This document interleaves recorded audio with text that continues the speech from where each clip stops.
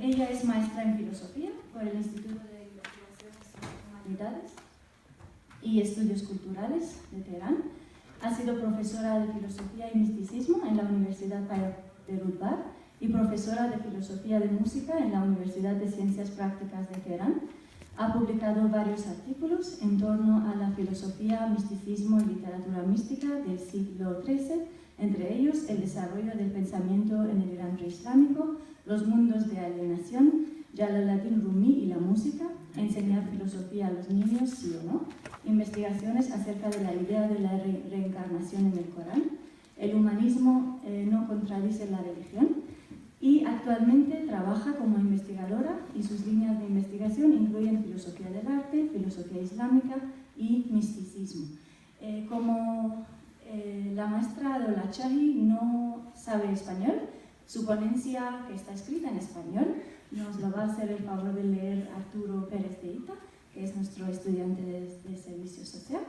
Y después, si tienen cualquier pregunta para ella, yo traduciré. Gracias, por favor.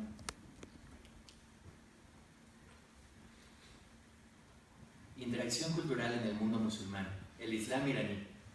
Irán, hogar de la lengua persa, es uno de los países de Medio Oriente que, tras la invasión de los árabes musulmanes procedentes de la península arábiga en el siglo VII, aceptaron gradualmente el Islam por múltiples razones que van desde la coerción del régimen hasta la predisposición de la población. Hacia el siglo IX después de Cristo, la mayoría de los iraníes eran musulmanes y, finalmente, durante la época safávida, en el siglo XVII, el Islam fue proclamado religión oficial de los iraníes. Al comenzar la penetración del Islam en Irán, los misioneros islámicos, es decir, los guerreros árabes que, en su mayoría, no sabían ni leer ni escribir, con base en la tradición oral, se dedicaron a propagar únicamente lo que habían escuchado de los gobernantes árabes, citando a Mahoma, y, al confrontar las creencias religiosas iraníes basadas en la dualidad, exigieron a los sojuzgados aceptar la unicidad de Alá y la profecía de Mahoma. Estos divulgadores se negaron a ofrecer explicaciones racionales que justificaran sus exigencias, y sus herramientas de difusión fueron la guerra y la expansión territorial. Toda sociedad ejerce su propia cultura y costumbres. En la recepción de nuevas ideas y opiniones, adapta estas a lo que le es propio y desarrolla un armazón teórico acorde a la riqueza de sus comunidades. También en Irán, las creencias de los árabes musulmanes se revistieron con lo iranio, dando lugar a la creación del Islam iraní. Los iraníes, además de amplificar las ideas de los árabes musulmanes, ofrecieron al mundo una mejor versión del Islam. Al respecto, el orientalista e iranólogo estadounidense Richard Fry, en los primeros siglos de la historia del Islam, escribe que fueron los iraníes quienes liberaron el Islam de las disposiciones tribales árabes y lo convirtieron en una religión mundial con una capacidad de aceptación transétnica. La razón de esta transformación se encuentra en uno de los elementos predominantes de la cultura iraní, el alto valor que asignaban los reyes persas al conocimiento y el consiguiente esfuerzo que realizaban en pro de la adquisición y difusión de saberes en todos los aspectos de la vida social. Durante la época de la invasión árabe a Irán, la cultura persa se nutría, principalmente, de las enseñanzas de Zoroastro, cuyo fundamento radica en la existencia de dos fuerzas primordiales, Ahura Mazda y Ahriman, asociadas respectivamente con el bien y el mal, o la luz y la oscuridad. Estas dos fuerzas se conciben dotadas de capacidad creadora independiente y dan origen a toda la bondad y a toda la maldad. Junto a sus ejércitos de deidades y demonios, respectivamente, Mazda y Ahriman libran una batalla hasta el fin de los tiempos. Al encarar el mensaje de los árabes musulmanes correspondiente a la unicidad de Alá y a las enseñanzas del Corán acerca de Satanás, representado como una criatura altiva opuesta a Alá y cuyo castigo había sido aplazado hasta el Apocalipsis, la sabiduría reconciliadora iraní encontró puntos de coincidencia entre sus propias creencias religiosas y las propuestas del Islam, y así admitió que el Alá de los árabes era su Ahura Mazda y su Ahriman, Satanás, que en el Islam carecía del poder de crear. De este modo se cumplía uno de los deseos de todo creyente del zoroastrismo, a saber, la limitación de los poderes de Ahriman y su separación de las creaciones de Mazda. El Alá del Islam había realizado ya esa difícil tarea, así que los filósofos iraníes, para consolidar el poder de Alá como única fuerza creadora, comenzaron a ofrecer argumentos racionales para probar la existencia de Alá y su unicidad. Fue así como nacieron la filosofía de Al-Farabi, la filosofía racional de Avicena y la filosofía de la iluminación de Sohrawardi. Los filósofos iraníes que habían abrazado el Islam se dedicaron, además, a la explicación de otros conceptos coránicos, entre ellos la creación a partir de la nada y la existencia de lo abstracto, carente de materia en su naturaleza. El total de sus ideas y análisis de los principios de las creencias islámicas conformó lo que hoy se conoce como filosofía islámica.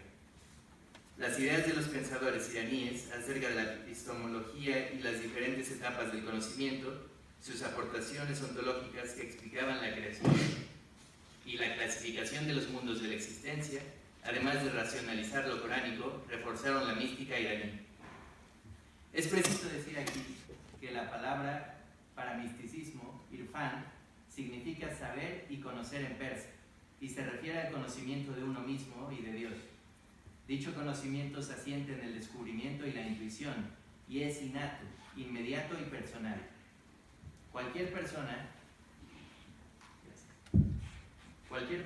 puede alcanzar este conocimiento, pero debe reunir ciertas condiciones y pasar por procedimientos específicos.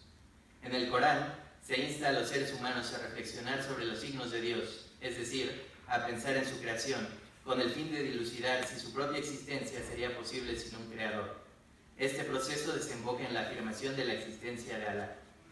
Aunque el Corán no propone un sistema epistémico ni habla de los modos de pensar o de los tipos de conocimiento, su referencia a la revelación divina y la conversación directa de los profetas con Alá dio lugar a que los filósofos iraníes que creían en la sabiduría innata por tradición preislámica engendraran los conceptos de intuición y descubrimiento inmediato. Según el zoroastrismo, el origen de la creación y del conocimiento en sus diferentes niveles es la luz o la iluminación, y es a la luz de la religión que el hombre puede alcanzar el saber.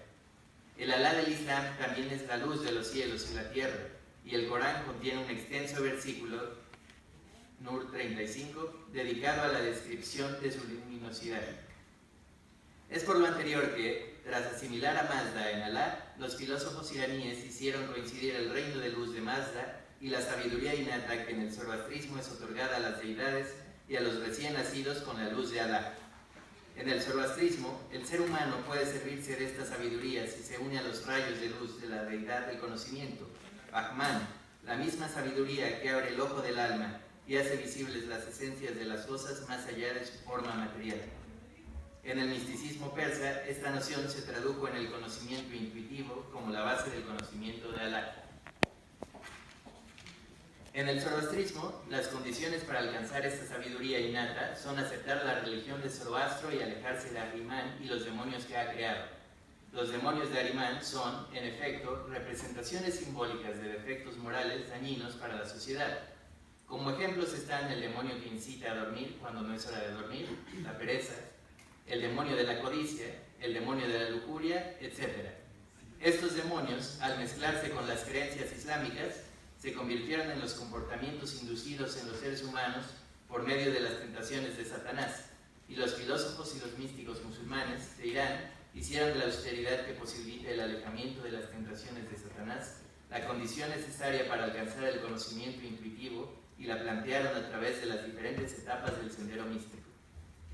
Para los iraníes, tanto en el mundo material como en el espiritual, ver a Mazda y a las deidades era posible gracias a la perspicacia innata redescubierta por los fieles seguidores de Zoroastro.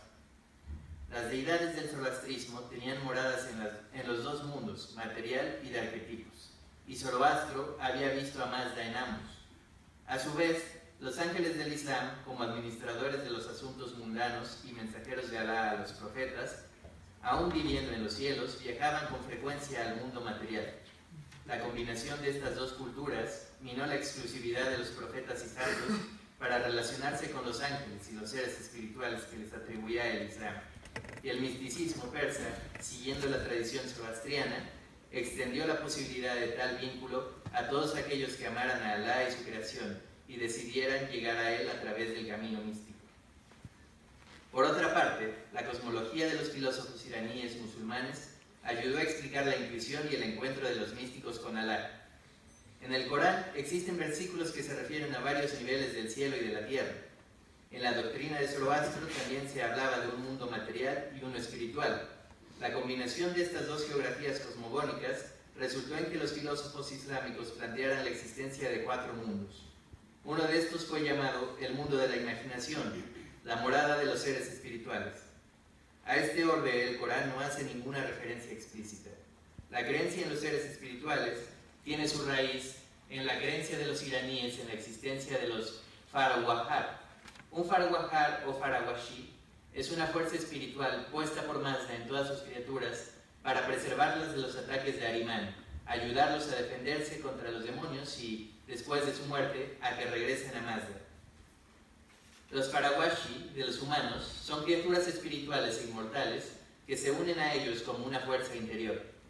Después de la muerte de los humanos, regresan al mundo espiritual. A partir de este momento, se habla de ellas como de las ánimas de los difuntos que mantienen su fuerza y siguen apoyando a los humanos en su batalla contra Ahriman. Igual que Mazda y las deidades, los Farawashi son objetos de culto y alabanza y, al final de cada año, se les dedica una celebración especial.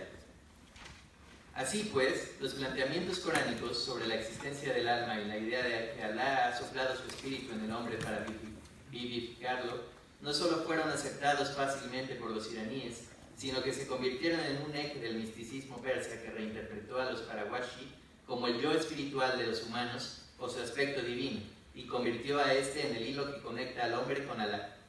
Estas creencias no son en absoluto explícitas en el Corán, y de ahí el rechazo histórico a los místicos y filósofos islámicos considerados como herejes. En la opinión de los filósofos y místicos musulmanes, los seres espirituales poseen un conocimiento auténtico y original del mundo y sus asuntos, y son capaces de ello gracias a la comprensión intuitiva que les permite ver la naturaleza del mundo y su contenido y, en consecuencia, saber cosas que las personas ordinarias no pueden comprender. A veces, incluso, pueden establecer una conexión directa con Alá, verlo según sus propias capacidades se lo permitan y beneficiarse de su iluminación. De esta manera, los secretos del universo pueden ser revelados a los hombres. Hay que decir que, debido a la violencia ejercida por los árabes beduinos en las tierras conquistadas y su comportamiento ofensivo, humillante y altivo con los habitantes de Irán, el Alá de los árabes musulmanes en un principio pareció un ser agresivo y aterrador a los ojos de los conquistados. Sin embargo, los iraníes, instruidos en el zoroastrismo, creían en el apoyo constante y amoroso de las distintas deidades que guardaban el cielo, la tierra y a todas las criaturas. Basándose en los versículos coránicos revelados en la Meca que contienen bellas descripciones de Alá, crearon, en el marco de la mística, una cara amable y amorosa de este. Alá es entonces percibido como un Dios a quien podía acudir cualquier persona en cualquier momento, especialmente en los de desesperación, como con un amigo a quien se podía llamar y pedir ayuda porque Él siempre está cerca y responde la llamada de quien a Él se dirige, y es Él el más misericordioso de todos los misericordiosos. Esta visión iraní del Alá islámico resultó fundamental para el surgimiento de la mística islámica persa, entre cuyos representantes se encuentran pensadores de la talla de Bayazid Bastami, Attar Nishaburi y Rumi. Además de la filosofía y la mística, los iraníes jugaron un papel primordial en la formulación de la teología, la jurisprudencia, la exégesis y el arte islámicos. En el Corán existen algunos versículos que se refieren a los opositores del Islam, donde se sugiere que la manera más adecuada de enfrentarse a ellos es la vía bélica. No obstante, los iraníes trataron a los oponentes del Islam de la misma manera en que lo hizo el mayor sacerdote zoroastriano, Kartir, al lidiar con los que se oponían a la religión de Zaratustra, a través del diálogo con la oposición, el razonamiento y la argumentación. En otras palabras, entendieron que la invitación del Corán a meditar los versículos era compatible con su cultura antigua, y fue así que nació la teología islámica y surgieron teólogos como Imam Muhammad Ghazali, que se concentraron en dar respuestas racionales a los argumentos de los opositores del Islam para despejar cualquier duda y rechazar sus objeciones. Los teólogos musulmanes iraníes, además, discutieron y justificaron amplia y escrupulosamente los temas coránicos más controversiales. Esto sin olvidar que el imperio persa sasánida, con el respaldo de los poderosos clérigos zoroastrianos, Tenía por enemigos a aquellos opositores que no podían argumentar sus objeciones a la religión y cuya pena era la muerte. En el Islam, esta condena se había atenuado y se extendía solo a aquellos que se levantaran en armas. Este acercamiento estaba más acorde con la tradición iraní, derivada de largos años de convivencia pacífica con otras religiones. Como antes mencionamos, la teología se presentó como la respuesta más contundente al problema de la diversidad. Respecto a la jurisprudencia islámica, también hay que decir que, aunque el Islam pregonaba la igualdad de todos los seres humanos ante Alá, los musulmanes adoptaron una visión clasista de la sociedad, con notorios antecedentes en el zoroastrismo, y uno de los problemas que los árabes enfrentaron en las tierras conquistadas tenía que ver con asuntos sociales para los cuales no podían encontrar una solución en el Corán. Debido a la estructura sencilla de las sociedades beduinas, desde su experiencia, tampoco podían concebir soluciones nuevas. Los iraníes conquistados, que a lo largo de la historia habían habitado un territorio vasto con diferentes estructuras aunadas inevitablemente a sus propios problemas comunitarios, se basaron en su vivencia histórica y gracias a su dominio del Corán y la tradición oral islámica, apoyándose siempre en el pensamiento racional, empezaron a inferir y deducir leyes y soluciones islámicas para los problemas sociales que los conquistadores habían hallado. Este grupo de pensadores fueron denominados jurisconsultos y crearon la jurisprudencia islámica. De entre ellos surgieron figuras como Kulaini, autor del libro Usul al-Kafi, hasta la fecha uno de los libros jurídicos más consultados del Islam. El analfabetismo de los árabes musulmanes y su ardiente interés en una vida mejor, ya en el cielo como mártires, ya en este mundo en los territorios conquistados, los alejaba de los significados expresos en los versos coránicos. El iraní conquistado, que poseía la experiencia de la lectura y el análisis interpretativo del Zen Avesta desde su infancia y había presenciado en la corte de los reyes persas el intercambio de ideas, a veces muy dispares, entre científicos de varios países, al tiempo de mantener la lengua persa al aceptar el Islam, aprendió la lengua árabe y dominó sus reglas lingüísticas. Además de formalizar la gramática de esta lengua, se dedicó a la interpretación de los versos coránicos, dando peso a la historia del Islam y los acontecimientos de la vida de Mahoma, para facilitar su comprensión y al mismo tiempo familiarizar a los lectores con los eventos en los que Mahoma y los árabes habían estado involucrados. Esta nueva ciencia fue llamada exégesis islámica y tuvo como representante destacado al iraní al-Tabari, con su obra Jami al-Bayan. Junto con la ciencia de la interpretación, los iraníes que dominaban el Corán, la historia del Islam, la biografía de Mahoma y la tradición oral atribuida a él y sus discípulos, como Sheikh Saduq Abuye Komi, comenzaron a examinar dicha tradición oral con el fin de distinguir la verdad y la falsedad de las atribuciones. Así fundaron la ciencia del hadith, para que los dichos del profeta no pudieran ser utilizados con fines personales por parte de los poderosos. En resumen, tanto la cultura como la religión antigua de Irán jugaron un papel trascendente en la creación de toda clase de ciencias del pensamiento, en buena medida gracias a elementos que poseían suma relevancia en el zoroastrismo y habían sido puestos en práctica durante varios siglos. Esta interacción entre los iraníes y el Islam, que habían traído los árabes musulmanes desde la península arábiga, derivó en la creación del Islam iraní y el misticismo islámico persa. Ambos supusieron un giro ontológico notorio frente a la primitiva visión islámica y dieron forma a las manifestaciones islámicas que llegarían, años después, hasta Occidente. La sabiduría, la importancia de la palabra, la invitación al conocimiento, la luminosidad del amor y del entender, fueron algunos de los puntos medulares de esta transformación. Dicho lo anterior, los resultados de la interacción se pueden resumir en los siguientes puntos. La importancia de la sabiduría en la cultura iraní preislámica y en el pensamiento de Zaratustra como motivo para la creación de diversas ciencias. La asimilación de Ahura Mazda, el creador más poderoso del zoroastrismo, en el Alá del Islam.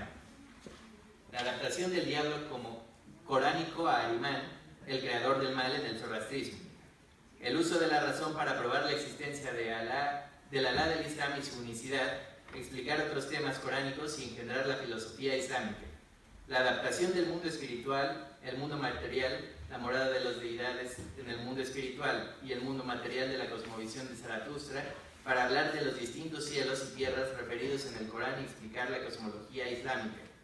La conversión del concepto La conversión del concepto de sabiduría innata en el pensamiento de Zaratustra al concepto de intuición en el Islam. La adaptación de los dioses ayudantes de Mazda y los guardianes de la creación en el zoroastrismo a los ángeles administradores mencionados en el Corán. Hacer coincidir los Farwahar del zoroastrismo como criaturas espirituales capaces de proteger a los humanos con el concepto del alma en el Corán. La transformación de la posibilidad de ver y hablar con Mazda, las deidades y los Farwahar en el mundo espiritual y el mundo material en la intuición de Alá, los ángeles y los espíritus en el mundo de la imaginación y la creación de la mística islámica. Transferencia de los rasgos amorosos y misericordiosos de Mazda y las deidades zoroastrianas al Alá del Islam en el marco del misticismo. Uso de las costumbres iraníes preislámicas de intercambio de puntos de vista, discusiones razonadas y diálogo con los oponentes para responder a las objeciones a los temas del Corán y la creación de la teología islámica. Uso de la sabiduría y el conocimiento en la inferencia y deducción de las leyes islámicas de acuerdo con el Corán, las palabras y los hechos de Mahoma, su adaptación a la razón social y la creación de la jurisprudencia islámica. Transferencia de la cultura de la enseñanza de la Avesta y su interpretación a la lectura del Corán y su interpretación según la historia del Islam y la vida de Mahoma y la creación de la exégesis del Corán y el Hadith.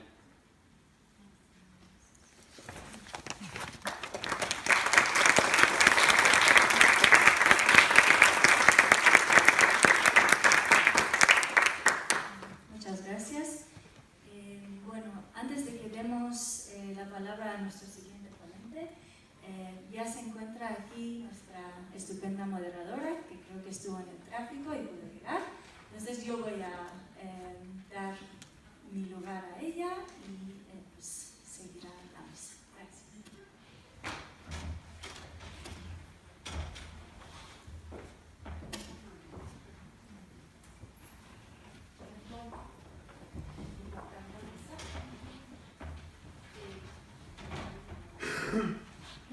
Vamos a darle la palabra a Rodrigo Emanuel.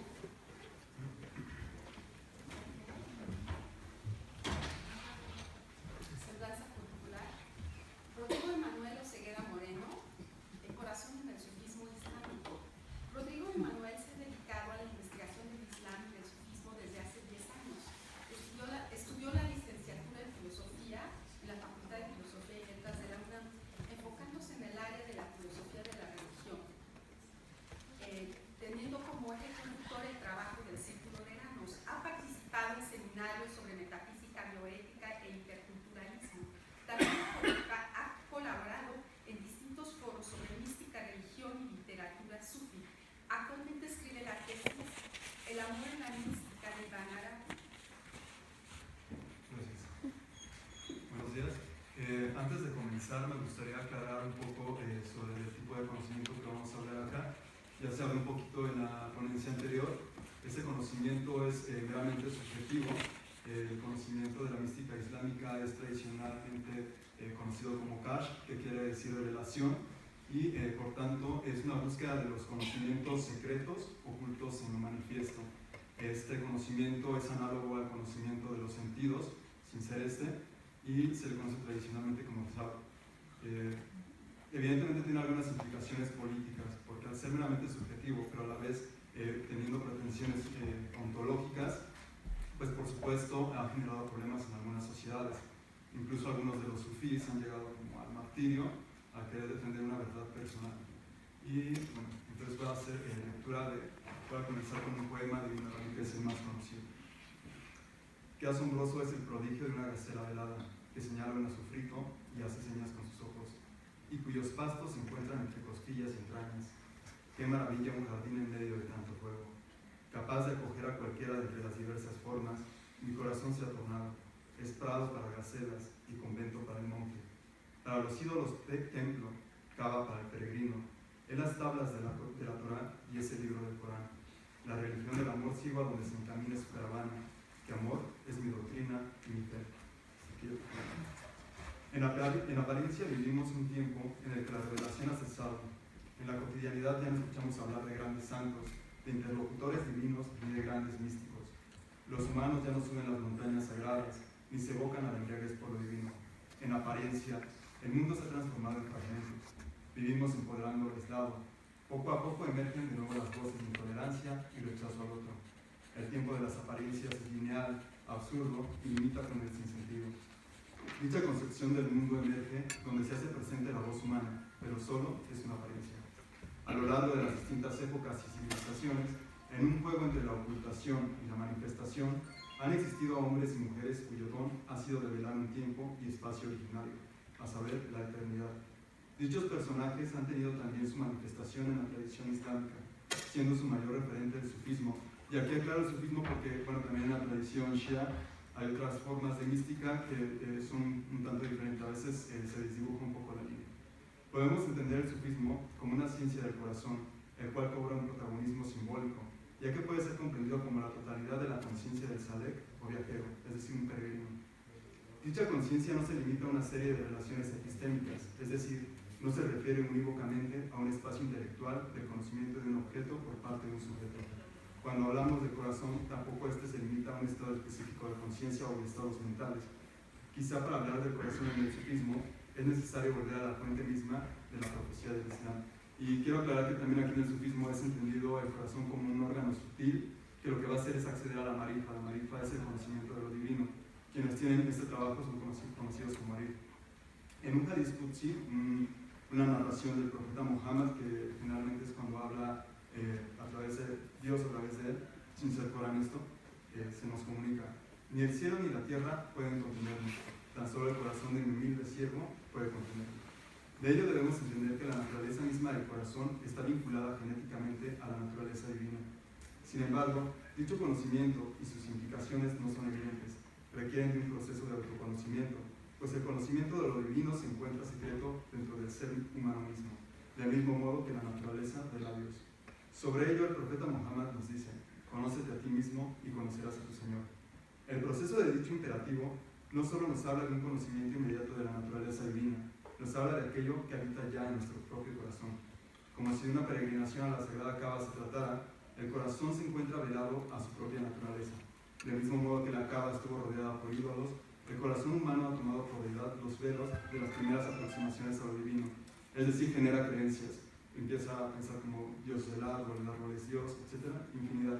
Y esto es importante porque Dios se va, en un momento vamos a ver cómo es el proceso, pero Dios está conociendo a sí mismo y las creencias son muy importantes porque la multiplicidad de las creencias es que Dios se va a estar conociendo también. Y de la creación, son teofanía. Sobre ello el Corán nos dice: ¿no has visto a quien ha hecho de sus deseos de Dios? Es decir, la naturaleza humana, pese a que en sí misma es de origen divino, tiende a recubrir una y otra vez lo que en ella habita, consecuencia de su parte sensitiva. Sobre esto, Seyyed Hussein Nasser nos dice: en el sufismo, donde el corazón humano es comparado con la Kaaba, se dice que el corazón del hombre caído es como la Kaaba antes del advenimiento del Islam, cuando ésta se encontraba llena de ídolos. Tenían 365 ídolos, uno por cada día. Cuando el profeta hizo su entrada triunfal en la Meca, primero se dirigió a la Kaaba y consultó al imam Ali y a Bilal sobre romper los ídolos en la misma, para así purificar la casa construida por Adán y reconstruida por Abraham para honrar al Dios uno. A través de la iniciación y la práctica espiritual, la persona que aspira a realizar a Dios tiene que romper todos los ídolos en su corazón y barrer con todo lo que contiene, de manera que solo Dios puede estar presente en el mismo. Dios es uno y no se manifiesta si en su presencia hay ídolos, o más bien donde hay ídolos. El corazón de muchos, incluso de los creyentes, es como la Kaaba durante la edad de la ignorancia, así se le conoce a la época preislámica, lleno de todo tipo de ídolos. Los que tratan de seguir el camino espiritual en el sufismo se incluyen en el momento de la iniciación y cuando por vez primera se encaminan en el sendero, reservan su corazón solo a Dios, porque solo Él es el amo de la casa del corazón. Como dice un poema árabe en respuesta a alguien que había tocado en la puerta de un corazón sufí: no hay nadie en la casa excepto el amo de la casa. Y esta imagen de la Kaaba es muy bonita, incluso como digamos a nivel mitológico, porque la Kaaba se dice que sobre esta es el cubo que se peregrinos los musulmanes y más o menos tenemos estas fechas sagradas. Se dice que sobre la Kaaba está otra Kaaba que peregrinan los ángeles, la están circunvalando, y sobre esto está el trono de Dios. Si esto lo entendemos simbólicamente, podemos entender la Kaaba como el corazón y podemos entender como el punto más alto de la Kaaba, el corazón mismo humano, que el corazón mismo de los humanos contiene a Dios en su totalidad.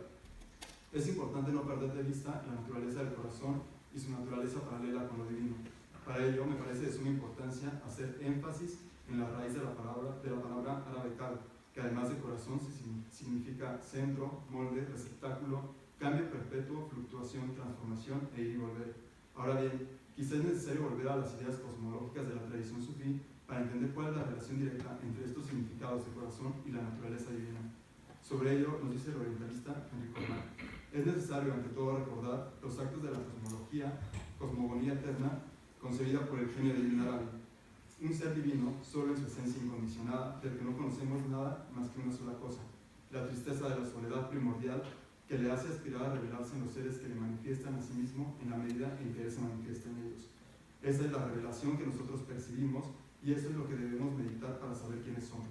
El leitmotiv no es, pues, el deslumbramiento de una omnipotencia autárquica, sino la nostalgia profunda, es decir, Dios no se revela solamente para mostrar su majestad. La voz divina dice a través del profeta: ver un tesoro oculto empieza a ser conocido. Por eso he producido a las criaturas a fin de conocerme. Esta fase está representada por la angustia de los nombres divinos, angustiándose en el desconocimiento porque nadie los nombra. Y es esta la tristeza la que viene a distender la inspiración divina, que es compadecimiento o rahma, y es existenciación, y que en el mundo del misterio es compasión del ser divino con y por sí mismo, es decir, por sus propios nombres. Dicho de otra forma, origen y principio son determinaciones del amor que implican el movimiento de un movimiento de ardiente deseo en aquel que esté enamorado. A este ardiente deseo aporta el suspiro divino su distensión. Entonces, quiero aclarar que este conocimiento o este movimiento de reconocimiento de lo divino en sí mismo solo se cumple en el místico. Yo pienso que cualquier amor cuenta, porque pues finalmente Dios se estaría conociendo a través del otro, pero en el místico Dios termina de cobrar autoconciencia. Por eso Ibn Arabi nos dice: cuando se muestre mi amado, ¿con qué ojo lo veré? Con su ojo, no mi ojo, pues no se ve sino él. Con esto entendemos que el ser divino, en su ansia incesante de revelarse, se ha expresado en multiplicidad de fenómenos que se renuevan a cada instante. Es decir, el universo es recreado en un movimiento perpetuo, revelando la paz de Dios, del mismo modo que el corazón es fluctuante. Sobre esto el Corán nos dice: a donde quiera que te vuelvas encontrarás el rostro de Dios. Sin embargo, no se reduce a un panteísmo, pues en virtud de la renovación incesante se afirma la trascendencia divina. Sobre ello también encontramos en el Corán la afirmación: Él es el más elevado. Así se concilia una contradicción. Al ser de la misma naturaleza, el corazón cobra un significado más claro. Es la más elevada expresión del ser divino, que ha hecho de este un espejo en el cual se asoma el resto de la creación, y es a través de este órgano sutil y su visión que se deja atrás la multiplicidad de fenómenos aislados para acceder a la visión de lo uno. Dicha noción tiene ecos también en la tradición cristiana. Ejemplo de ello tenemos en San Juan de la Cruz, cuando expresa: mi amado, las montañas, los valles solitarios numerosos, las ínsulas extrañas, los ríos olorosos, el silbo de los aires amorosos. El corazón del sufí se vuelve el receptáculo espejo de las epifanías divinas, ya que el sufí no solo empieza a reconocer a Dios en la creación, también intelectualmente deja atrás las creencias particulares de Dios. Ello abre la puerta a la máxima creencia sobre Dios, la que no se tiene. Nos dice Ibn Arabi: las creencias más diversas tienen sobre Dios las personas, mas yo las profeso todas, creo en todas las creencias. Es importante saber que los místicos en todas épocas no han sido la mayoría, pues el mismo movimiento de la vida no permite una entrega profunda a la búsqueda de lo oculto. Sin embargo, nos dice Sheikh Al-Alawi, hay quienes están turbados por la idea de Dios, de tal modo que pueden tener un presentimiento de sus propios estados superiores. Así los sufíes, de la mano de su maestro visible e invisible, seguirán las intuiciones de su propio corazón, haciendo rememoración de lo divino a través de los distintos nombres. Entonces vas a dedicarse a la repetición de los nombres divinos para reconocerlos en la creación, es decir, Ar-Rahman, Ar-Rahim, Clemente, Misericordioso, etc. Y dejará de atribuir a los entes lo que es propio de Dios, volviéndose la revelación de Dios en la creación lo más evidente. Ahora podemos entender el corazón como un barzal o istmo, que por un lado se encuentra en el mundo fenoménico y es disperso, pero por otro está en la unidad divina, persistiendo en una esencia que no alcanza a vislumbrar un solo vistazo. Su corazón espeja la renovación constante de la creación. El rostro santo de la amada. Y bueno, para concluir, podemos decir, finalmente este corazón se va a volver el centro del mundo mismo, es decir, va a ser la unión del cielo y de la tierra, y lo que va a pasar es que, como se va a reconocer en todo teofanías de Dios, este corazón no solamente se va a poner como el centro del mundo, digamos, en un modo como un yo, sino que va a reconocer en todo lo demás como un centro del mundo, porque todo es una teofanía, en todo está revelando a Dios. En un tiempo lineal, en el siglo XXI, aún hay humanos que pueden decir en experiencia de su corazón. Bueno, Durante mucho tiempo traté a mi corazón como basura, lleno de vacios vanos, al igual que la cava de un pagano estaba llena de ídolos. Ahora he vaciado mi corazón, lo he limpiado por dentro y por fuera, lo he pulido todo alrededor, para el nuevo habitante que venga a vivir en él para siempre. Nadie más vive aquí, he expulsado a todo el mundo. Tampoco existe la lujuria, ni tentadora riqueza, ni falso orgullo. Mis ojos se han secado y todas las úlceras cenaron. No hay más dolor, no hay más oscuridad, solo hay luz sobre luz. No estoy triste, estoy lleno de alegría. Mi amado ha llegado a vivir en mi corazón. El nuevo habitante de mi corazón es el que me dio mi corazón, el que me dio los sentimientos y el amor y que luego fue usurpado. Ahora mi amado vivirá para siempre en mi corazón. Mi amado no tiene iguales, mi corazón late solo por él. Mis labios cantarán solo para él la canción de La ilaha illallah. No hay Dios sin mal. Muchas gracias.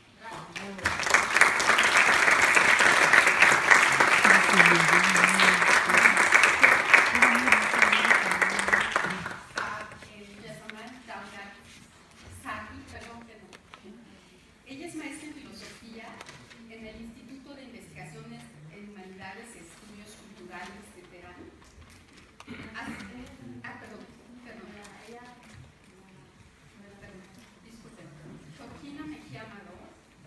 Georgina Mejía estudió la licenciatura en Letras Inglesas en la UNAM y la maestría en Literatura Inglesa Medieval en la Universidad de York, Inglaterra.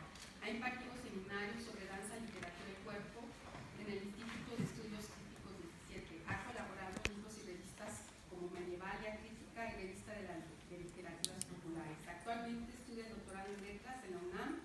Su tesis se titula Poéticas del Cuerpo Cósmico, Poesía y Danza en torno a los derviches sufís de plebíes.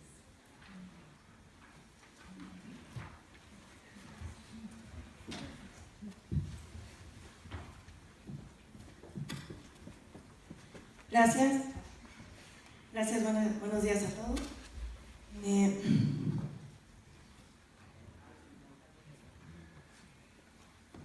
Les presento mi ponencia, El cuerpo y la danza circular de los derviches mevlevíes y su relación con el sufismo persa. En esta ponencia me interesa explorar el cuerpo como elemento fundamental de la danza de los derviches sufíes mevlevíes. La orden Mevleví, inspirada en la obra y la figura de Mohammed Jalaluddin Rumi, busca el retorno a la fuente originaria divina por medio de la música, la poesía y la danza circular que se conjugan en el ritual místico conocido como Sema.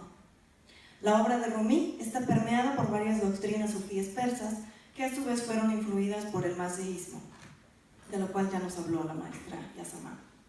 De estas, una de las más importantes es la concepción del cuerpo como ayudante del alma en la persecución del bien y la sabiduría que el Dios creador, Ahura Mazda, repartió entre los humanos.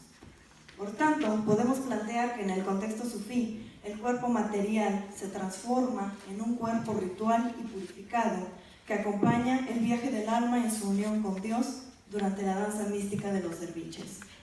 Cabe señalar que al tiempo que se ejecuta esta danza, se recitan poemas de Rumi, lo cual crea una serie de relaciones intertextuales que veremos en esta ponencia. Dada la influencia del sufismo persa, que rescata las ideas mazdeístas o zoroastrianas sobre el cuerpo como ayudante del alma, podemos identificar en la poesía de Rumi un cuerpo ritual en el ámbito dancístico y un cuerpo metafórico en el poético, como en estos versos de Ghazaliyat Shams. Lo primero es una transliteración que hice del Farsi con la ayuda de la doctora Shekufeh Mohammadi y la traducción al español es de ella. Nixenov magar, nakshum nishane saei, chumbe jame to solfetost, maskano jaye nafsema, darawase abir jan, darbadan hesar sang, as tabrise hakera, kohlesiaye nafsema. En español, no queda de nuestro ego más que una imagen, una sombra, porque el sitio donde vive nuestra alma es el bucle de tu cabellera. En vez de perfume, hay un alma en el cuerpo de 1000 piedras. La tierra de Tabriz es el col que embellece nuestra alma. Fin de la cita. Observamos que las referencias a Shams de Tabriz, maestro de Rumi, en estos versos, tienen un evidente matiz amoroso e incluso erótico. Sin embargo, Rumi logra trascender la materialidad y sensualidad del cuerpo cuerpo que describe y lo resignifica como compañero del alma mediante metáforas de luz y de belleza divina. Por ejemplo, el bucle metafórico de Shams en el segundo verso refleja esta belleza divina, pues Dios es inmanente a su creación. En el pensamiento sufí de influencia mazdea del persa Sohrawardi, encontramos una oración dedicada a la naturaleza perfecta, la entidad con la que aspira a reunirse todo hombre. Cito: Tú que estás revestido de la más resplandeciente de las luces divinas, manifiéstate a mí en la más bella o en la más alta de las epifanías. Muéstrame la luz de tu rostro resplandeciente. Fin de la cita. Las palabras de Sohrawardi se transforman en Rumi en una expresión de amor y de nostalgia por la belleza, la luz y la sabiduría divinas que son inmanentes en los seres terrestres y que son atributos manifiestos en Shams de Tabriz. Cabe señalar también en estos versos que, acorde con la filosofía sufí, el enemigo a vencer para Rumi es el ego, no el cuerpo, en contraste con el maniqueísmo y el cristianismo, en los que el cuerpo no posee el mismo nivel ontológico ni moral que el alma. El cuarto verso de esta cita es también congruente con la concepción mazdea del cuerpo, ya que mediante una metáfora que alude al maquillaje de los ojos, el col, la belleza de la tierra de Shams es lo que alimenta el alma y no los perfumes mundanos. En el ámbito de las prácticas espirituales del sufismo, como el zikr o remembranza de Dios, observamos que el cuerpo ritual y el cuerpo metafórico participan en distintos niveles. Me explico. Uno de los órganos centrales del sufismo, como ya nos ha platicado Rodrigo, es el corazón, al-qalb en árabe y del en persa. Pero no se trata del corazón físico, sino de un órgano sutil. Este corazón simbólico necesita pulirse mediante la remembranza de Dios para que pueda vaciarse de sí mismo y convertirse en el sitio de la teofanía. Es un corazón receptáculo, un corazón espejo. Y otro órgano sutil importante para la remembranza de Dios es el oído del corazón. Solamente aquel que lo ha entrenado puede escuchar a nivel metafísico la voz de Dios, más allá de la música y del sentido de las palabras, como señala Leonard Lewison en The Sacred Music of Islam. El zikr o remembranza de Dios consiste en la continua repetición de los nombres de Dios y de la primera parte de la shahadatin o profesión de fe islámica. La ilaha illallah, es decir, no hay más Dios que Dios. Para Mahoma y Rumi, el zikr es una práctica fundamental para pulir el corazón espejo, el órgano sutil más importante del sufí, como en este dicho del profeta. Cito: que tu lengua esté siempre húmeda en el recuerdo de Alá. Fin de cita. El zikr involucra la palabra, la respiración, el cuerpo ritual y yo añado la escritura corporal, porque mientras el devoto repite la shahada, también está escribiendo el nombre divino en los órganos sutiles de su cuerpo. Ahí les pongo la shahada para que no se me pierdan. La cita es un poco confusa. Se las leo.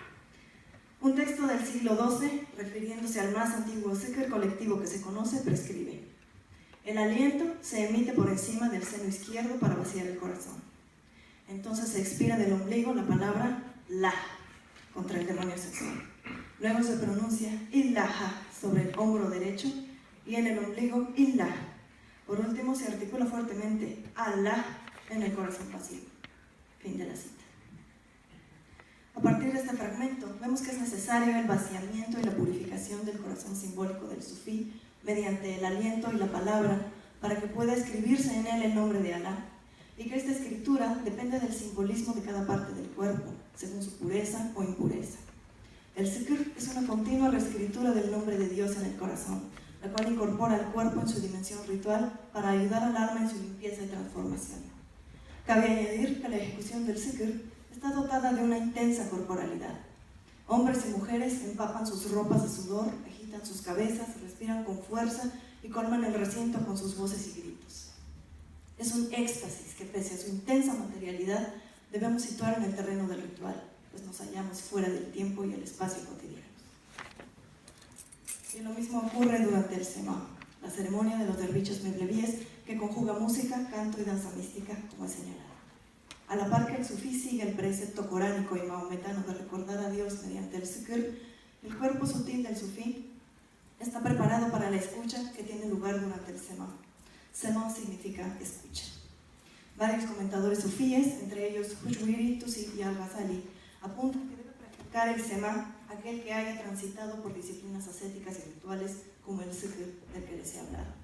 Para el sufismo, el concierto de música y danza del Sema no es una experiencia estética, sino espiritual, y por ello es muy fácil para un novato distraerse. Leonard Lewison añade que un sufí preparado encuentra en un poema erótico el significado metafísico, como en los versos de Rumi que les mostré, lo cual no puede hacer quien no esté preparado espiritualmente. El Sema es ante todo un ritual en un contexto religioso islámico.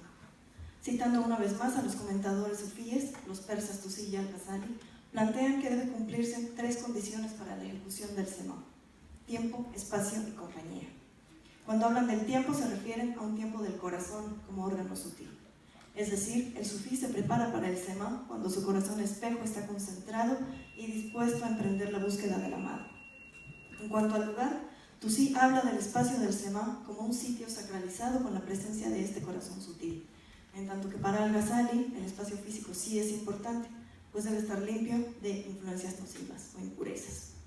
Respecto a la compañía en que debe ejecutarse la ceremonia, algunos tratados sufíes contemplan la presencia de espectadores, como ocurre hoy en Turquía e incluso aquí en México, mientras que otras manifestaciones del Sema se llevan a cabo a puerta cerrada. Pese a las distintas opiniones entre los mismos mevlevíes, cabe subrayar que el Sema es sobre todo un ejercicio de audición metafísica, que comprende tanto al cuerpo sutil y ritual, como los niveles superiores del alma que ya han atravesado por la purificación del zikr. Con ello vemos una vez más los cimientos mazdeos del pensamiento de Rumi, pues cuerpo y alma disipan en la audición y en la ejecución de la danza sagrada. Por ello, mi hipótesis consiste en plantear que la danza es la metáfora icónica de la poesía de Rumi, que se canta al mismo tiempo que los derviches giran. Explico a qué me refiero. La metáfora icónica de Charles Peirce, cito, es un signo icónico que mimetiza lo que iconiza, es decir, es una representación viva y dinámica de su objeto. Y ese objeto, a su vez, no suele ser una cosa, sino una acción, una experiencia, una emoción. Por eso, una buena metáfora aristotélica, igual que el icono metafórico, es capaz de evocar imágenes vivas ante los ojos de su intérprete. Fin de la cita.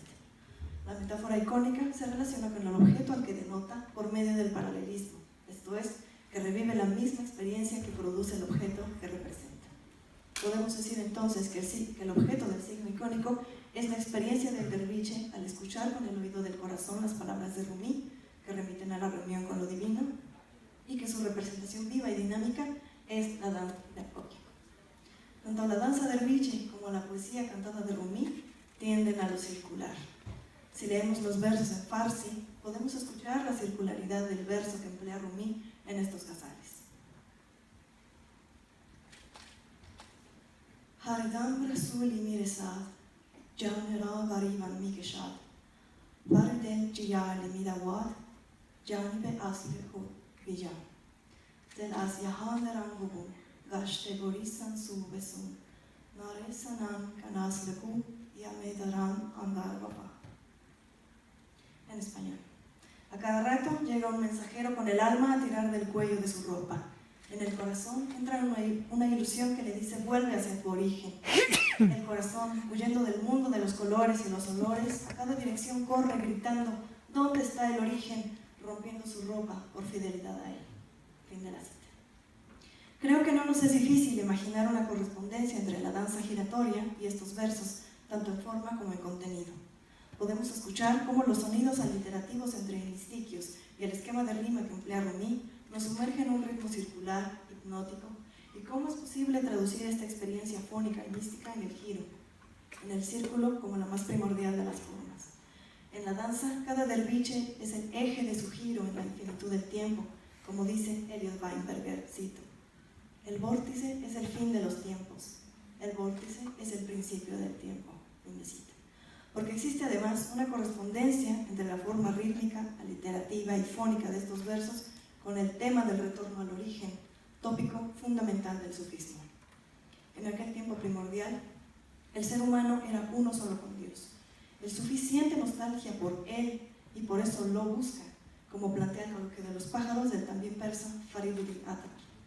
Por lo tanto, el giro de la danza derviche hacia el lado izquierdo, el lado del corazón, es la metáfora icónica de dicho retorno, expresado tanto en el plano circular del ritual como en los versos de Rumi. Vemos también que ese anhelo por volver al origen, a Dios, desata la locura y la pasión del corazón, al grado que desgarra sus ropas buscándolo. En el Semá, las vestiduras tienen un significado simbólico. Los derviches se preparan para la danza envueltos en la jirka, una capa negra que representa su mortaja, el ego y la vida mundana, y conforme avanza la ceremonia, se despojan de ella para quedar vestidos solamente con una tanula blanca, que simboliza el alma pacificada y pura que está lista para la reunión con Alá. Tanto el color simbólico de la ropa como el acto de despojarse de ella representan la muerte del ego, el desapego a este mundo, y para ello los derviches se basan en otro dicho: mueren antes de morir, o como apunta Henri Corbin, no ser es ser para Alá.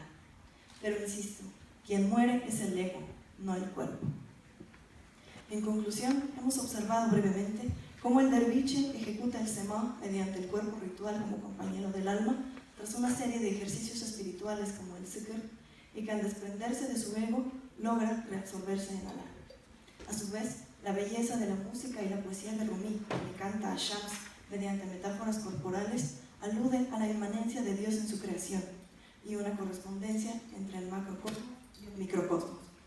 Lo que les he presentado es una muy breve muestra de lo que estoy trabajando en mi tesis doctoral, pero deseo seguir compartiendo mis descubrimientos, pues la intertextualidad entre danza y poesía mística es un aspecto un poco soslayado en los estudios literarios y merece más atención.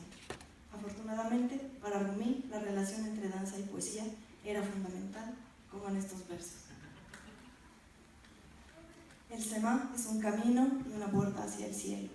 Oh Semá, que eres alas y plumas del pájaro del alma. Gracias.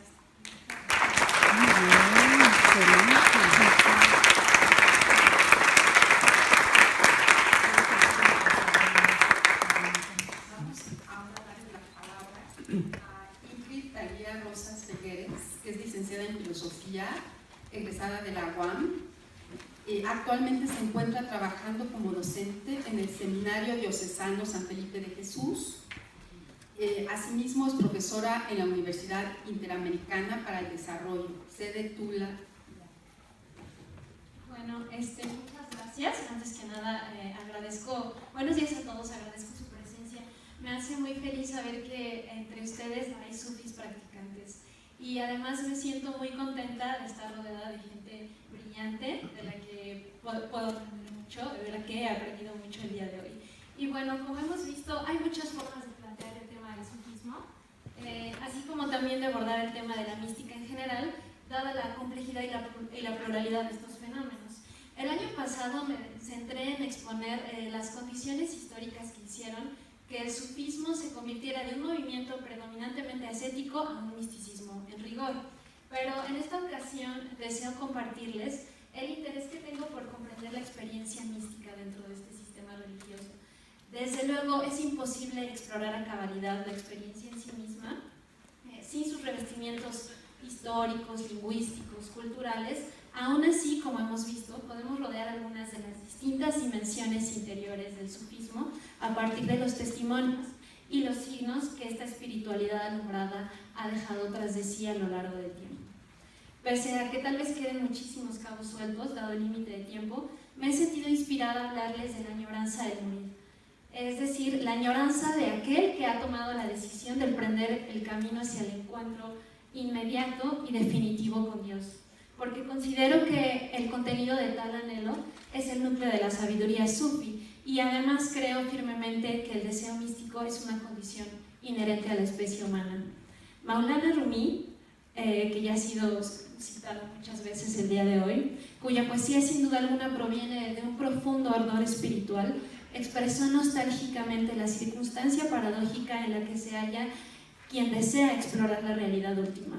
Y voy a leer un verso. Toda sed es saciada, salvo la sed de los peces. Los místicos nadan en el vasto océano de la gracia y aún sumergidos en él, lo añoran. Cierro la cita. El místico sabe que el mundo se encuentra misteriosamente sumergido en Dios, como lo decía Reinhold Nicholson, y a pesar de su inmanencia, se siente escindido de él. La añoranza del morir es la sed del pez. Pero ¿a qué se debe la añoranza que declaran los místicos? Me he preguntado muchas veces, viviendo y conviviendo con gente religiosa, ¿en qué consiste la motivación del sujeto, en este caso el morir, para iniciar un camino cuyo único objetivo es la santidad? Es decir, ¿en qué consiste el contenido de su deseo y su búsqueda? ¿De dónde viene ese deseo? ¿Es exclusivo de unos cuantos elegidos? La respuesta a tales preguntas puede cimentar una interpretación sobre los fundamentos para una antropología mística del Islam, aunque es necesario señalar que hay muchos sufismos dentro del Islam. Entonces, bueno, en realidad nos aproximaremos más al sufismo en sentido antropológico y un tanto a la psicología del místico. Esto lo haré a partir de dos momentos. El primero de ellos es exponer tres nociones importantes del misticismo islámico. El momento metahistórico del pacto primordial, el tawhid, y el hecho histórico de la revelación.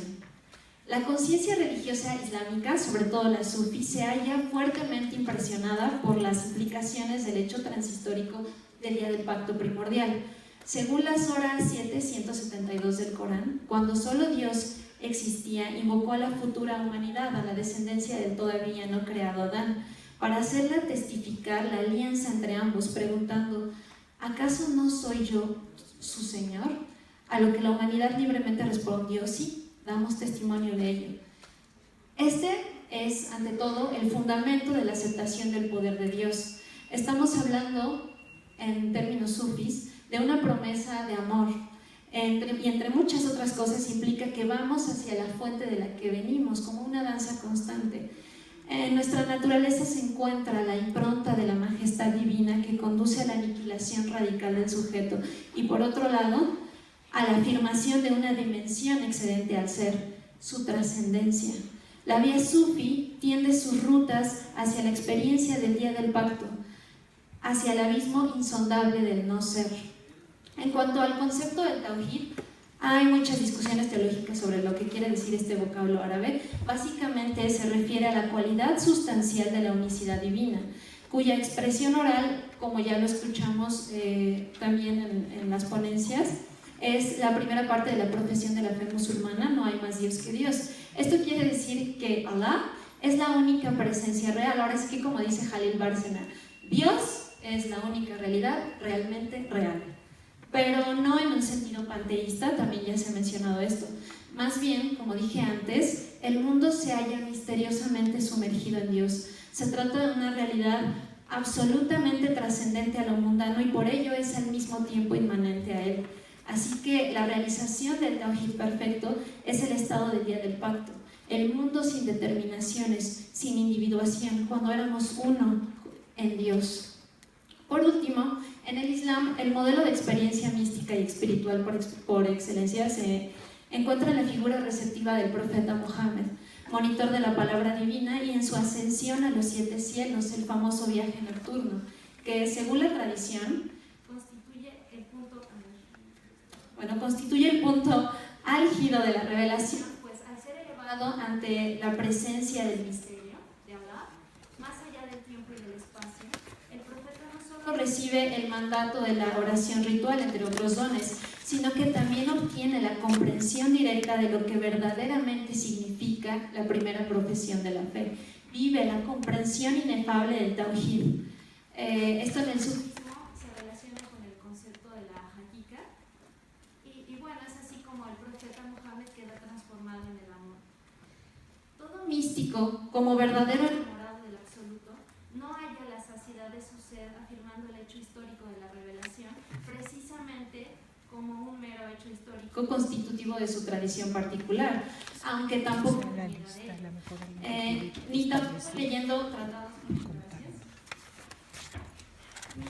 leyendo tratados de teología. Sabe que tal hecho histórico tiene una raíz anterior a la historia y busca repetir interiormente el acto de la revelación, cuyo verdadero significado se revela en su corazón, como ya lo vimos.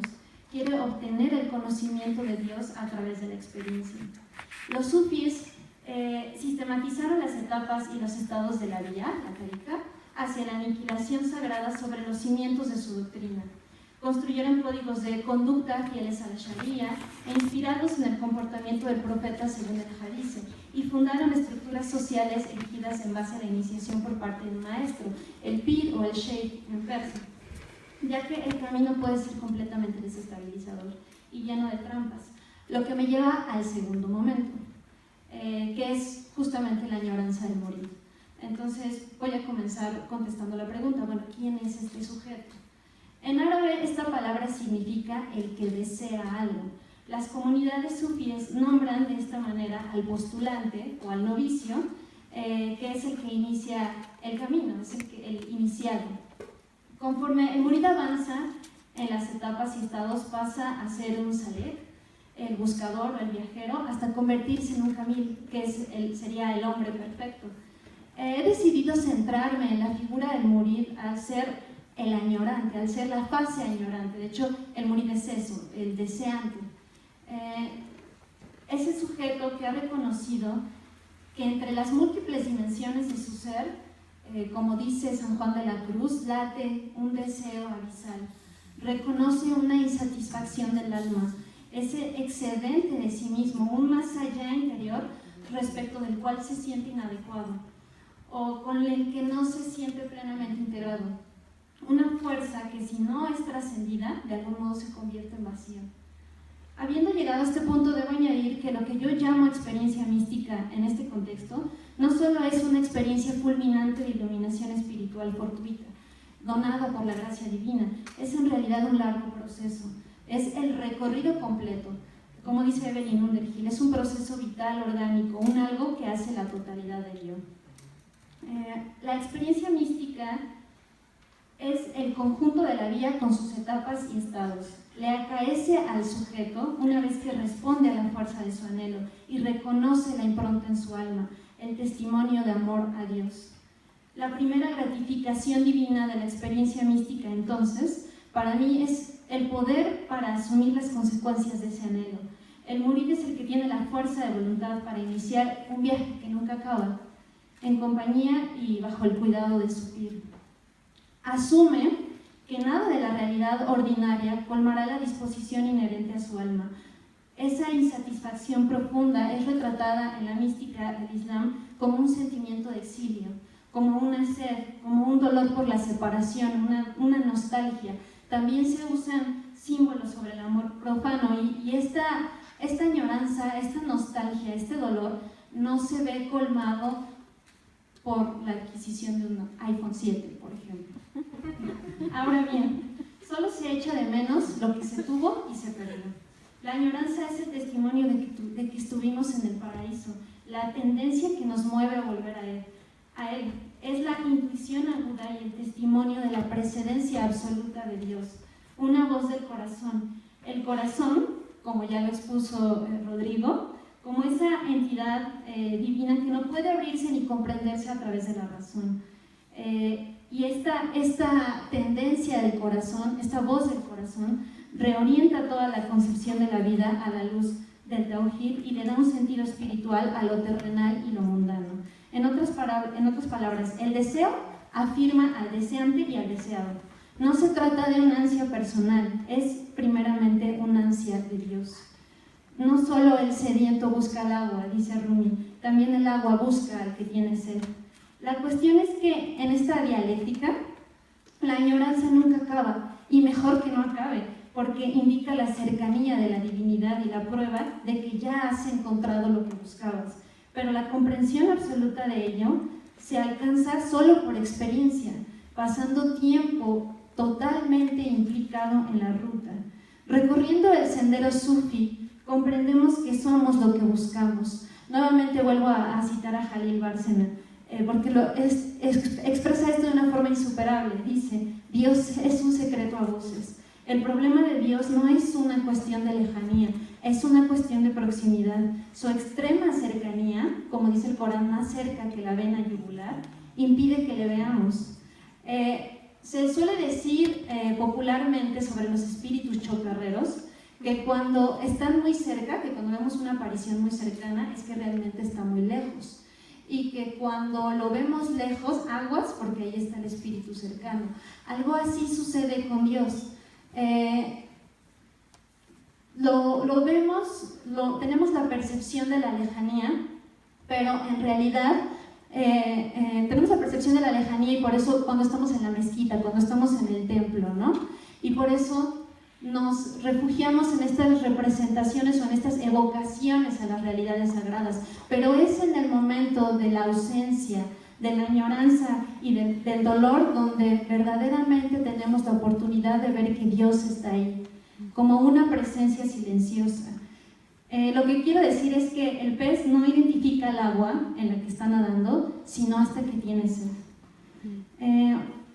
Este es el secreto del amor que tal vez Al-Halash gritó en éxtasis cuando dijo: yo soy Dios, tal vez, o yo soy la verdad absoluta. Tal vez lo que quiso decir: he descubierto que soy tú, como dice Rumi, en torno a mí mismo giro y me multiplico.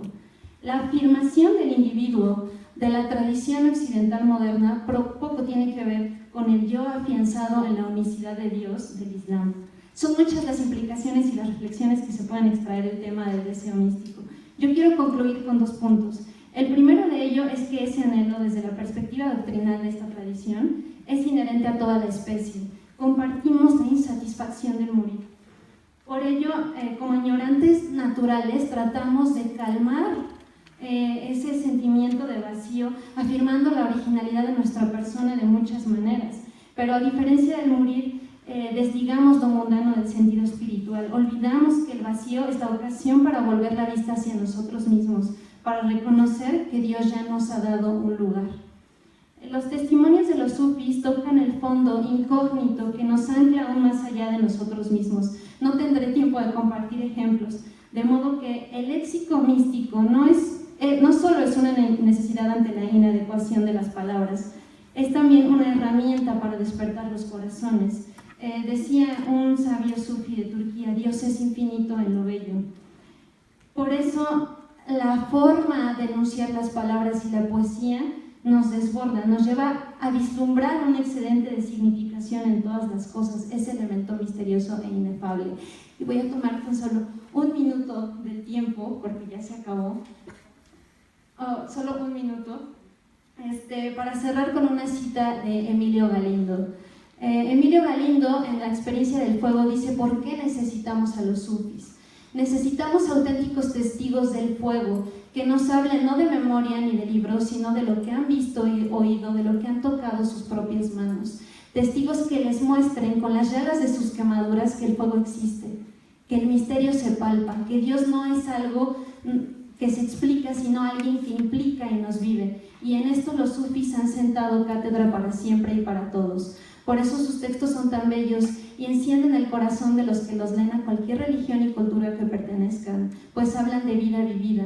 Por eso también estos textos constituyen las cumbres de sus respectivas literaturas. Sus textos son puro grito, anteriores al concepto y a la doctrina, pues son fruto de la luminosa y ardiente pedagogía del fuego. Y todos sabemos perfectamente que una cosa es saber del fuego por lo que nos dicen de él, otra por los efectos que vemos que produce a su paso, y una muy distinta por haberse quemado en él.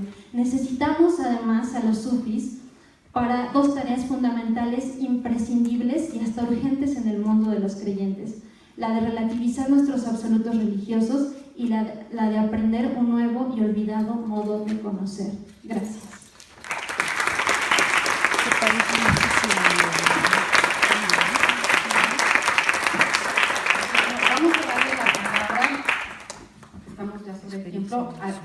A Lucía Siriani Salazar, su ponencia El viento bajo la puerta, el sufismo y las fronteras borrosas entre Estado y sociedad en Turquía. Lucía Siriani es licenciada en etnología por la ENA y maestra en estudios de Asia y África, con especialidad en el área de Medio Oriente en el Colegio de México. Actualmente estudia el doctorado en estudios islámicos en la Universidad Libre de Berlín. Su investigación aborda el tema del sufismo y la modernidad en Turquía. Ha impartido varias clases y publicado diversos artículos. Vamos a dejarle la palabra. Sí, gracias. Muchas gracias. Yo voy a darle un giro a la discusión sobre el sufismo, un giro un poco más mundano. No voy a hablar precisamente de misticismo, sino voy a hablar del sufismo como elemento cultural estructurante de las sociedades islámicas y sobre cómo tenemos que tomar eso en cuenta para pensar a esas sociedades. Entonces, yo trabajo específicamente el caso de Turquía. Estoy trabajando en mi doctorado los discursos históricos de diversas comunidades sufíes sobre un acontecimiento de 1925 en que el Estado turco cerró las teques. Las teques son los lugares en donde se reúnen los miembros de una orden sufí. Pasó una ley que cerraba estos lugares y que prohibía el uso de los títulos, de las categorías para distinguir a los miembros de las órdenes sufís.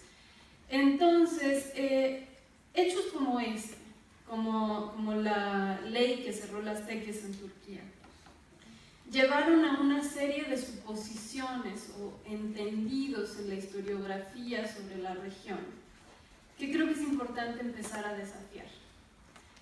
Uno de esos supuestos es que en el momento de la creación del Estado moderno turco, de la transición entre el Imperio Otomano y la República de Turquía, hay una élite militar, una élite dentro del ejército, que es la que instituye un Estado fuertemente secularista.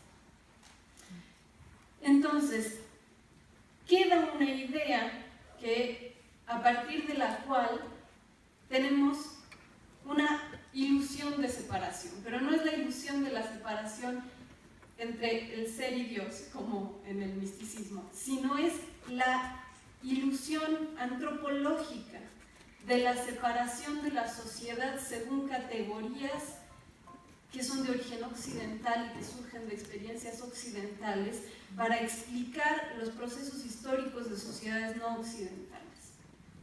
Entonces parece que de la noche a la mañana se impone esta élite secularista y separa la religión. Esa es la definición de secularismo. Tenemos la definición clásica de secularismo como separación entre iglesia y Estado. Y entonces, al eliminar instituciones como el califato, cerrar las teques sufis, etc., separa el ámbito de lo religioso y lo manda a la esfera de la vida privada, y se genera una más clara distinción entre Estado y sociedad civil, y se genera también una más clara distinción entre las esferas de lo secular y de lo religioso. Ahora bien, mi hipótesis es que este relato histórico, que debe sonarles muy familiar, que debe ser fácil de comprender porque estamos acostumbrados a esa narrativa, en realidad nos estorba para entender el proceso histórico turco. Y tenemos que agarrarnos de las narraciones que contradicen este tipo de explicación para poder ver por qué nos estorba, porque es tan fuerte la inercia de esta narrativa que de pronto resulta difícil no imponer uno mismo esa narrativa constantemente sobre las narraciones que se extraen del trabajo de campo o de la lectura cuidadosa de los archivos. Entonces, tenemos esa suposición que se crea Turquía como un Estado secularista y tenemos esa suposición de que el ejército turco se instituye dentro del aparato estatal de Turquía como el garante del secularismo turco, como la institución más fundamentalmente intolerante a las expresiones de la religiosidad popular y que por eso actúan en leyes, creando por ejemplo leyes contra los grupos sufis. Ahora bien, ¿por qué digo que esto estorba? Porque, por ejemplo, nos enfrentamos muy inmediatamente al hecho de que miembros muy importantes de diversas órdenes sufis formaban parte de ese gobierno y estuvieron de acuerdo, promovieron, redactaron estas leyes. Entonces, si nosotros separamos tajantemente entre un Estado que está tratando de relegar la religión a lo privado y las organizaciones religiosas que se ven reprimidas, entonces no podemos entender por qué hay miembros de estas organizaciones religiosas que quieren promover esta visión de sociedad que implica cerrar espacios como las tecas. Ahí hay una primera incógnita que aparece. ¿Por qué estarían sheikhs, sufis, involucrados en la creación de este tipo de leyes, ¿no? Entonces, eso pasa porque son miembros de este nuevo Estado, ¿no? Entonces, una de las primeras cosas que tenemos que preguntarnos es si es cierto o es una suposición a priori que podemos distinguir entre el Estado y los sufis, porque los sufis forman parte del Estado. A lo largo de toda la historia, desde tiempos otomanos hasta el presente, el sufismo, y esa es una de las primeras cosas que quiero poner sobre la mesa como elementos para pensar el sufismo como elemento de estas sociedades, y particularmente de Turquía, es prácticamente un fenómeno cultural omnipresente. Uno lo encuentra en todos lados. Y estas personas están involucradas en una visión de sociedad que implica emular las instituciones occidentales y que por eso se plantean una nueva forma de pensar la práctica sufí que permita seguir un modelo social parecido al de Europa, ¿no? Pero la anécdota más interesante que quiero contarles aquí es la que le da título al trabajo, que se llama El viento bajo la puerta, que es la historia del encarcelamiento y de la liberación del sheikh de la orden Halveti Jarrahi, de la cual tenemos una representación en México. El sheikh Muzaffer Efendi, que poco antes del golpe de Estado de 1960, recibió a una persona que quería que interpretaran su sueño. La práctica de interpretación de los sueños es una de las prácticas más comunes dentro del sufismo. Entonces, este sheikh recibe a una persona que le dice que quiere que interprete el sueño. Después de escuchar el sueño, le dice, bueno, no es posible que usted haya tenido este sueño lo tuvo otra persona. Y entonces la persona que le estaba contando el sueño le dice, bueno, efectivamente esto no lo soñé yo, esto lo soñó mi padre, y mi padre es un general importante del ejército y por lo tanto está mal visto que se reúna directamente con un sheikh sufi para que le interprete un sueño. Entonces, sabiendo esto, que efectivamente no era su sueño, habiendo admitido que se trataba del sueño de su padre, Muzaffer Efendi le dice que básicamente lo que el sueño indica es que la crisis política que había en Turquía, y que ahora no tengo tiempo de explicarles, se iba a resolver por la vía de un golpe de Estado. Entonces, cuando el golpe militar sucede, surge la inquietud de que la razón por la cual este sheikh fue capaz de interpretar el sueño de esa manera es que tenía información de algún tipo de espionaje sobre lo que iba a suceder, ¿no? Lo cual, si lo pensamos, no resulta muy congruente, porque si hubiera tenido esa información, ¿por qué iba a revelarla en la interpretación del sueño, ¿no? Entonces, lo mandan a la cárcel. Entonces, esta es la segunda parte de la historia. Lo mandan a la cárcel porque sospechan que puede estar vinculado con algún tipo de organización de espionaje. Y aquí está la otra acción inquietante, vamos a llamarles que son acciones inquietantes porque perturban el discurso histórico que habíamos dicho, ¿no? La primera acción inquietante que perturba el discurso histórico es porque un general del ejército, que son los garantes del secularismo turco, que son intolerantes a las expresiones religiosas populares, siente la necesidad, el deseo de que un sheikh interprete su sueño. Entonces ahí lo que tenemos es esa omnipresencia del sufismo como parte del pensamiento y de la cultura turcas que atraviesa estas definiciones políticas históricas contingentes, ¿no? Entonces está primero esto, luego mandan a Muzaffer Efendi a la cárcel, y estando en la cárcel lo que hace Muzaffer Efendi es reunirse con los otros reos y organizar sesiones de zikr. Ya vimos lo que es el zikr, ¿no? Entonces, de repente tiene seguidores dentro de la cárcel, hacen zikr, que es un ritual que no tenemos aquí un video, pero es un ritual muy extático, muy ruidoso, ¿no? muy impresionante. Y entonces, perturbados, angustiados, los encargados de la cárcel ante esta situación, deciden mandarlo a una celda de aislamiento para evitar que eso siga sucediendo, ¿no? Entonces aquí el Estado parece estar operando de forma congruente, diciendo, bueno, el sufismo es peligroso, tenemos que controlarlo, y entonces no puede estar sucediendo esto dentro del espacio controlado por el Estado por excelencia, que es la cárcel.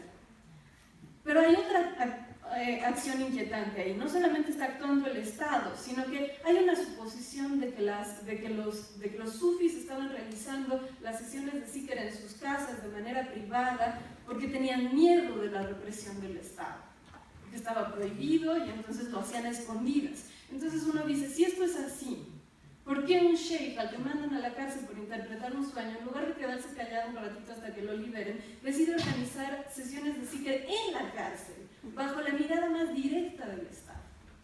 ¿No? Entonces esa es la otra acción inquietante.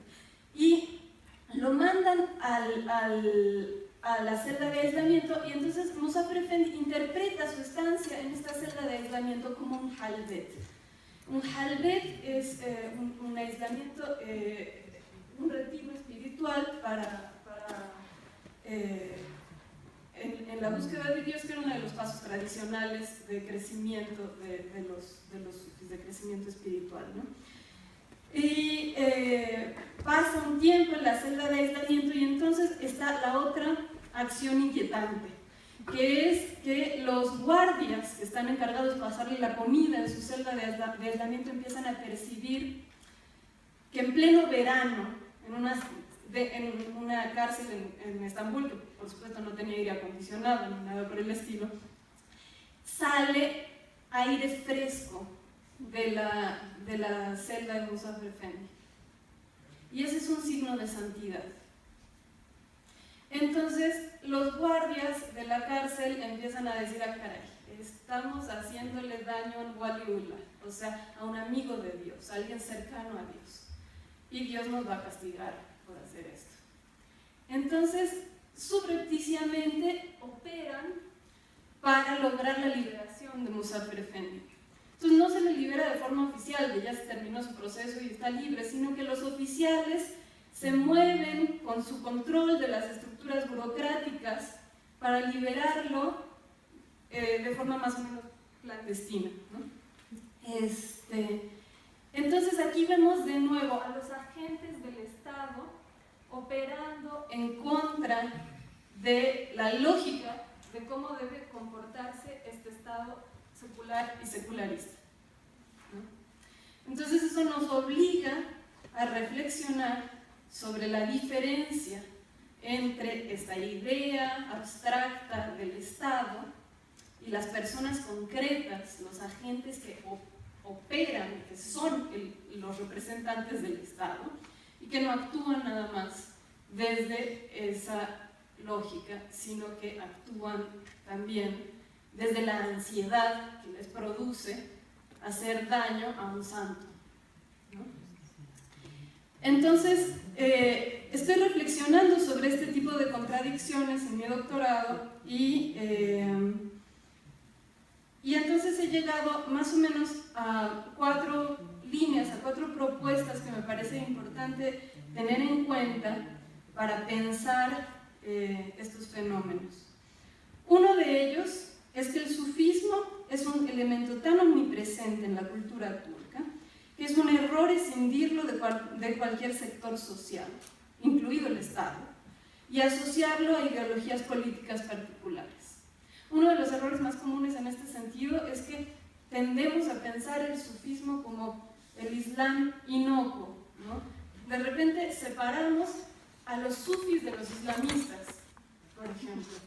Entonces, es muy interesante cómo cuando el gobierno actual de Turquía llegó al poder, se pensaba en él como asociado a organizaciones sufís. Y ahora que actúa de forma autoritaria y represiva, entonces de repente son islamistas, ¿no? Entonces tenemos que empezar a pensar al sufismo no en esta versión de como porque es mística, entonces es buena y entonces los sufis están en la búsqueda de Dios nada más y no tienen nada que ver con estas otras caras oscuras de la sociedad y los movimientos políticos. El sufismo está presente en todos los lados del espectro político en Turquía. Los vamos a encontrar en la izquierda y en la derecha, y arriba y abajo y en todos lados de la geometría política, ¿no? Entonces, en lugar de pensar al sufismo como un elemento aislado y dentro de la sociedad civil, hay que pensar a las distintas ideologías como imbuidas por el sufismo y pensar cómo el sufismo es un elemento estructurante de esas ideologías y cómo la derecha turca no la podemos pensar de la misma forma que pensaríamos, por ejemplo, a la derecha política en América Latina. Porque se piensa a sí misma también a partir de elementos culturales que provienen del sufismo, ¿no? El segundo punto es que las sociedades no occidentales se ajustan menos al modelo de separación entre Estado y sociedad civil, y este no es un punto propiamente mío, sino que aquí estoy siguiendo la reflexión de un autor que se llama Ajil Gupta, y que trabaja con más bien la cuestión postcolonial en India, ¿no?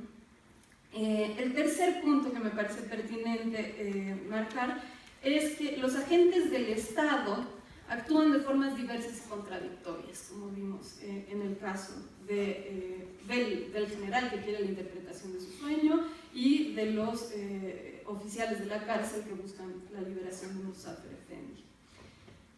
Y luego, finalmente, que historias como la del encarcelamiento y liberación de Muzafer Efendi nos permiten percibir la porosidad no solo de las instituciones estatales, sino que se cuelan bajo las puertas que imponen los discursos históricos que dividen a los sectores sociales según categorías como Estado y sociedad, o religiosos y secularistas.